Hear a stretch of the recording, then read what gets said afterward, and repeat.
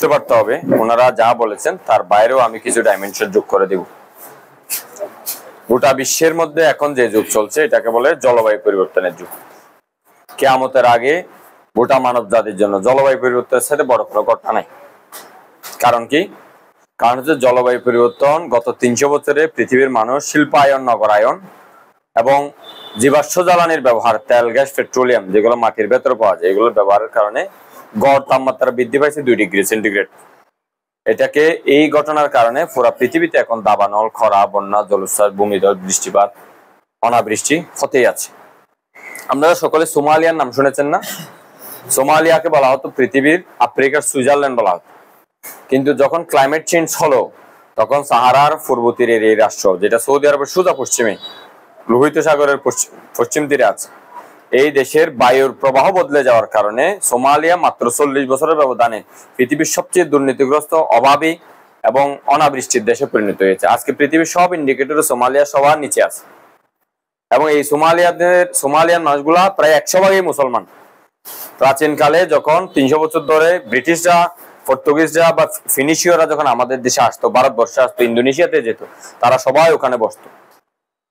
ওই সোমালিয়াতে একটা বিখ্যাত শহর নাম বলে গেছে, এই জায়গার মধ্যে তারা নামতো, চা খেত, মশলার চা খেত।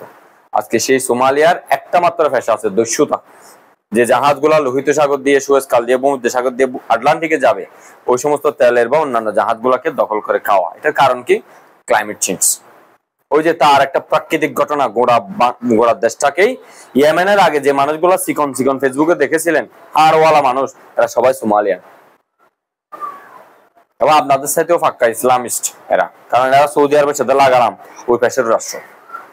আমাদের দেশের জাহাজ 2 বছর আগে 19 জন নাবিক নিয়ে ধরা খেয়েছিল ওদের হাতে, আপনারা জানেন, টেলিভিশনে চলে আসছিল। এটা হচ্ছে ক্লাইমেট চেঞ্জ। গোটা বিশ্বে ক্লাইমেট চেঞ্জের পিছনে যেই আমাদের যে দুনিয়া ব্যবস্থা, প্রাকৃতিক ব্যবস্থা, এটা কয়েকটা ভাগ। প্রথম ভাগ হচ্ছে যে আমাদের যে বনগুলা, এরা 25 ভাগ আপনার অক্সিজেন পৃথিবীকে সরবরাহ করে, আর 50 ভাগ হচ্ছে সমুদ্র আপনাকে সরবরাহ করে।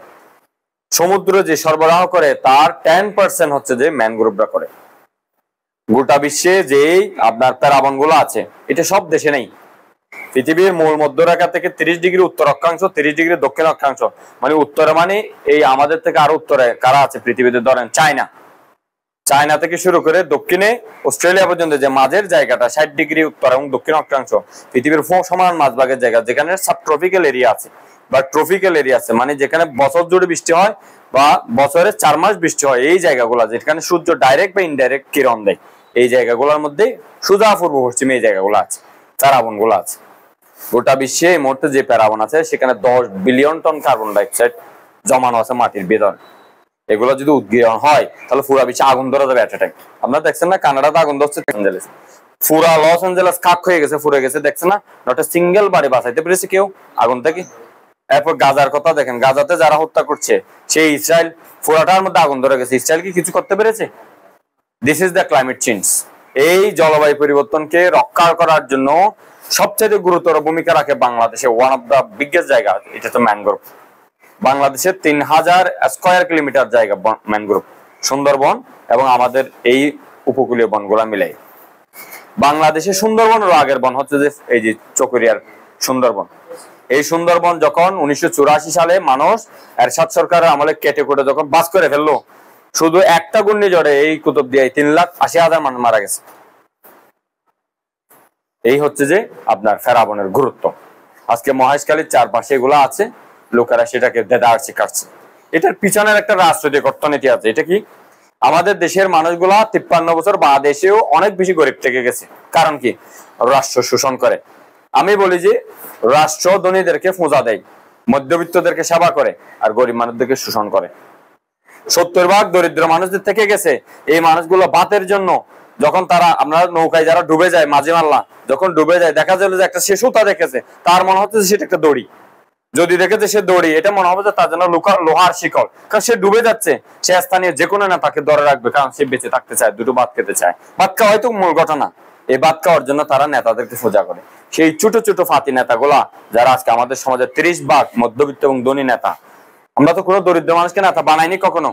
এই দরিদ্র মানুষগুলার মসিহা হিসেবে এই ধনী মানুষগুলা যাদেরকে আপনারা চিহ্নিত করেছেন, সেই মানুষগুলো মহেশখালীকে কবজা করে রেখেছে বহু বছর ধরে। এটা হচ্ছে ব্রিটিশ কলোনিয়াল পিরিয়ডের রাজনীতি, জমিদারদের সময়ের সামন্তবাদী রাজনীতি। গরিব কৃষকরা সামন্ত প্রভুদের জমিতে চাষাবাদ করত, বিনিময়ে তারা সম্পদ 4 ভাগের 1 ভাগ পেত, বাকি 3 ভাগ জমিদার নিয়ে হলো। এখনো সেই রাজনীতি চলে আপনাদের এই মহেশখালীতে। এবং সেই কারণেই আমরা জনগণরা 500 টাকায় খিদার জ্বালাই আমরা ভোট বিক্রি করি। এটার জন্য আমি মোটেও জনগণকে দোষ দিই না, কিন্তু কথা হচ্ছে এভাবে আর কত। আপনারা তো মিডল ক্লাস হয়েছেন, দরিদ্র থেকে মিডল ক্লাস হয়েছেন না। একসময় মানুষ বাপ জোয়ার কলার বলে খেয়ে বেঁচে থাকতো, আজকে তো সেটার উন্নতি হয়েছে পুরো বাংলাদেশে। এখন একটা পরিবর্তনের সময়। মানুষ যেদিন নিজেদের মধ্য থেকে সিংহভাগ দরিদ্র মানুষ থেকে নেতা বানানো শুরু করবে, তখন এখানে আর কোন নেতা এই সমস্ত কারবার করতে পারবে না। নেতৃত্ব দিতে হবে নিজেদের মধ্য থেকে। আমি এটাকে বলি যে শিয়ালের নেতা মুরগির নেতা কিভাবে শিয়াল হয়। বেশিরভাগ যদি 70 ভাগ যদি মুরগি হয়, অ্যাকর্ডিং টু ডেমোক্রেসি, সেখানে নেতা হবে ওই গরিব মানুষদের মধ্য থেকে। আজকে বাংলাদেশে 12টা সংসদ ছিল, 3600 জন এমপি ছিল।